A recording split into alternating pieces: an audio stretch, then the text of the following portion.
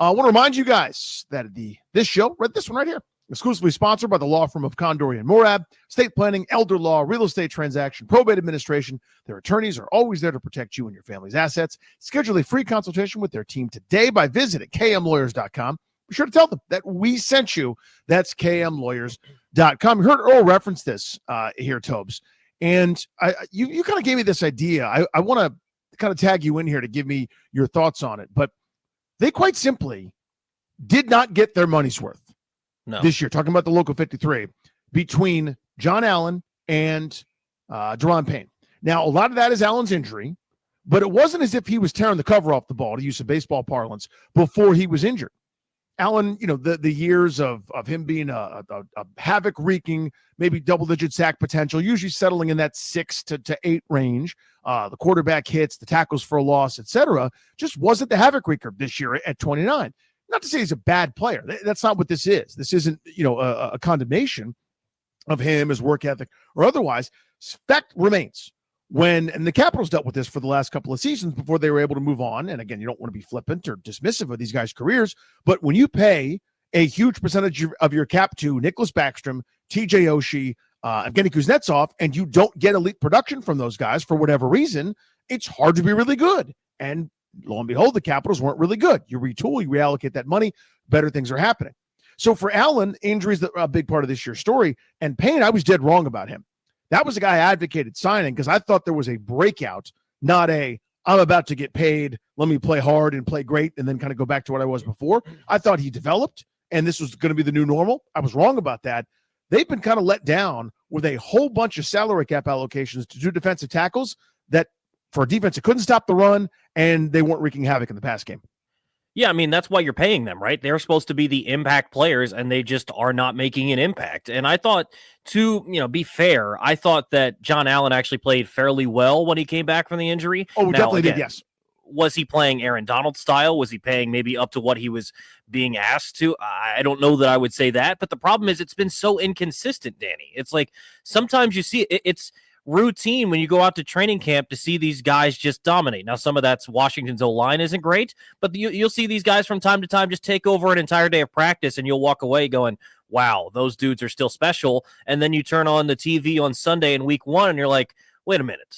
Where are those guys at that were special in training camp? And you just don't see them enough. There's times that you'll see them show up. I think earlier this year, there was a Daron Payne drive where he tackled for loss, sack, bat down a pass. Like, that's awesome. That's what we pay you to do, but it doesn't happen nearly often enough. And so for those guys to be getting paid what they are, at this point, you kind of know what they are, right? Like they can show flashes of being really good, and they can show it in stretches, but I just don't know that it's worth keeping going with this experiment. They moved off the edge rushers, right? The 4 first-round pick experiment that we talked about for so long with Young, Sweat, Allen, and Payne. They moved off the edge rushers. I think it's now time to move off at least one of these defensive tackles. I think it's pretty easy to move off of John Allen. You don't really have guarantees left.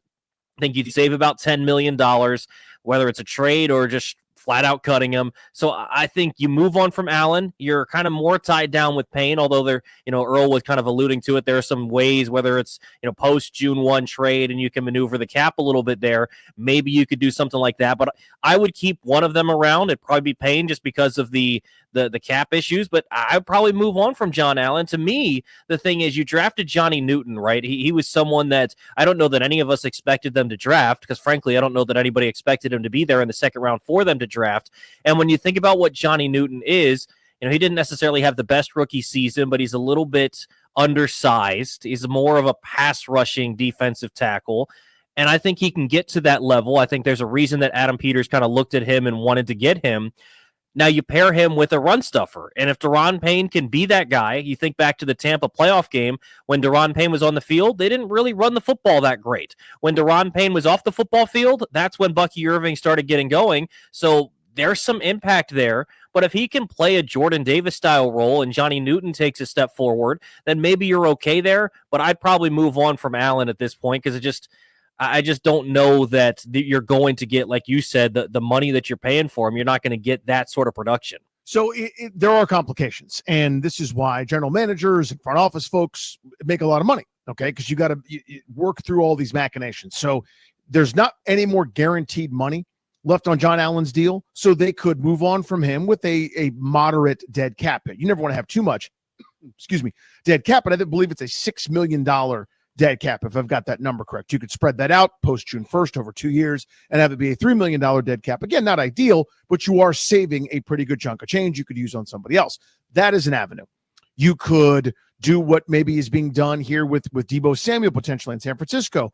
You could trade John Allen to somebody, wouldn't get a huge return back, but you could do that. And then presumably Allen would negotiate a contract extension with that team, and they'd kind of tear up some of these numbers, and it would be more affordable to them. You could do something similar with Daron Payne. You'd have a hard time moving on from him this year. It's a $25.8 million dead cap hit. If you were to cut him, that's not an option. But also, what also to me is not an option is his $26 million cap hit this year. I can't do that. I'm not doing that with him. Again, this is not a Daron Payne's a bad player. It's not some screed against him, and I'm not sitting here, beating the drum like Eagles fan style, telling you he's a bum, this, that, or the other. I'm telling you that I need to do better there, right? I thought he was going to be the guy that grew into the player where you go, as future guys sign after he does, whether it's Christian Wilkins or some of the other defensive tackles that have signed since, right? Matabuke in Baltimore, Chris Jones in Kansas City, etc. I thought he was going to be ascending into that group. I was dead wrong about that. I don't see it. Now, maybe they do. Maybe Peters and company go, no, you watch.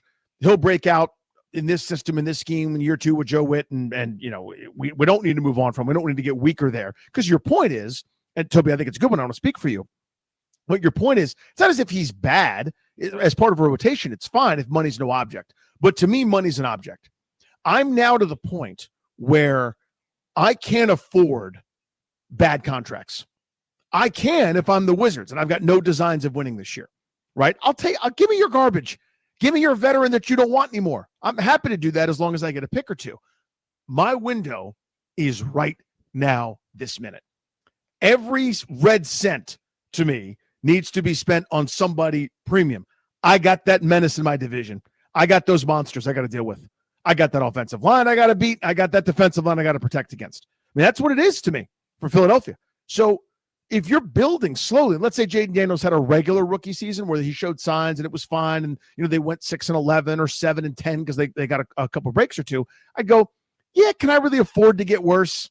If this is a normal Redskins and WFT, or now the stupid name type operation, right, without competent leadership, I would go, what's Ron Rivera going to do with that cap space? You know what I mean? Like, you could do a lot worse than Daron Payne. And my normal default is they're going to do worse because every time they go shopping, it's worse. That's not the case now. I want Adam Peters pulling levers. I want him rolling the dice and wheeling and dealing and chucking and jiving and making call after call after call after call because his shooting percentage is good. Again, and there are things that I think he missed on. I think the front office worked perfect this year, but that's unreasonable. Nobody's perfect. Howie Roseman took Jalen Reagor instead of Justin Jefferson. That's a stupid pick, right? I could have made a better pick. Seriously, I wouldn't have gotten everybody else that he got. So to me, the question boils down to, what do you do? Do you keep both and improve the defensive end spot? Right? It's probably a mid-40s. I think it's 45, 46, depends on your math. Salary cap hit between the two guys. Talking about Payne and Allen. Do you simply cut Allen, take the cap space, go grab somebody? Do you try to trade knowing you probably won't get a ton back? There may be some negative cap implication if you traded Payne. So it's basically keep both, move on from both, or keep one and not the other. Right? Those are your three silos. Those are your three categories. Keep both, move on from both, or keep one. What are you doing? I would keep one. I keep Daron Payne just because of the cap thing and some of the things that you have to deal with and what you're going to have to deal with, dead penalty and all that. I'll move on from John Allen. And I think that Daron Payne is still a decent player. He's someone who's under contract. I'd rather just have him on the roster than have to deal with some of the dead cap hit. He's not, like you said, he's not great. This is, I think, with both of these guys, it's the same thing that we talk about with all the time. You're playing great money for a good player, right? That I think just about anybody in the National Football League say, would you take John Allen to Daron Payne? Absolutely. Of course you would. You take him for yes? Would you take him for 20 plus mil? Probably not, right? Like that's kind of the conversation here. And so for John Allen and Daron Payne not to have the impact that you're paying them for, I think you have to move on from one of them. Johnny Newton, hopefully, full off season where he's healthy, he gets to kind of grow into a bigger role and understand the defense. And instead of getting thrown into the fire and with no training camp and preseason reps, he'll get a full off season of getting ready to roll. Hopefully you see that impactful guy, because remember, when people were talking about Johnny Newton, they're talking a first round of defensive tackle, right? Like that's what John Allen, that's what Daron Payne were. And we've seen, like I talked about earlier, you've seen the flashes from those guys. There's nothing wrong with them when they are going well. It's just the inconsistency with them. I'm moving off John Allen. I just think it's time. He's getting to that age. I'm sure he'll go somewhere and have an impact, but I don't think he's a premier guy anymore, and you can easily get that one off the books. Daron Payne sticks around just because some of the cap stuff, and then you pair him with Newton, and I think you kind of tell Payne, hey, man, you need to be an A-plus run stuffer. That's what we need. You're looking at Philadelphia. We need someone who can clog up two dudes in the middle of that offensive line and let Johnny Newton kind of go hunt. And I think if you have Newton take a step forward and Daron Payne plays that run stuffer role well, then I think your defensive line in the middle can be fine. I would move off of Allen. I smell what you're cooking there. So to me, now Grant was more cynical about this than I was, and I'm not criticizing. I'm just saying what happened, the conversation. What Allen did to come back meant a lot to me. Now, you hate to, you don't want that. There's a reason I'm not qualified to be it. There's a million reasons why I'm not qualified to be the GM, but this is the kind of thing I'd have a hard time dealing with. Like him basically being told you could re-aggravate this thing at any point in time and you'd miss forever. And him going, bleep it. Now, the cynical person might say, yeah, but he's going into potential free agency and he's trying to make himself some money, right? So it's worth the risk to him. The person like me says, this is his first shot at any point in time in doing something meaningful. And he did everything he could to come back. And his teammates respect him. So they're first when they kind of didn't roll their eyes at it because it's like fake rah-rah. Guys know. Players know. They can tell the difference between, Instagram rah-rah and the real stuff. And to me, the way they react around John Allen is the real stuff. Like that meant something to me. He's got an emeritus kind of Bobby Wagner role to me, like a post-useful dominant player role to me where I'm fine paying a premium for that. That's a leader. I would keep John Allen. Even though he's got no guaranteed money, I think it's an $18 million cap hit this coming year. I actually got to double check that before I start spouting off about it. No, it's 22. So I know that's a premium. I know that's too expensive. I'm 100% aware that that's too much for the production I'm going to get, or in this case, I won't get. But I would pay that premium, see if I could renegotiate with him and kind of tear it up and make something more affordable. Who knows if he'd be willing to do that or not? But I would try. I would keep him, and whatever I had to do to move on from Payne, I would do that. Cutting it was not an option. Because again, that dead cap hit makes it not worth it. Same thing they kind of did with Andrew Wiley this year. There was no financial incentive to move on from Andrew Wiley. Andrew Wiley was going to be on the team because if you cut him, it's a dead cap hit. You might as well just have the guy play for you, even if I don't think a ton about him. Now you've got some flexibility. I would try to trade Payne rather, knowing that I'm not going to get great value. People will see that and go, I can't believe you got a sixth for Daron Payne. I need that money to go somewhere else. I need that money to be in a defensive end. I need that money to be a corner. I need that money to be another pass rusher or, who knows? I need that money invested elsewhere. I can't pay great money for fine too often.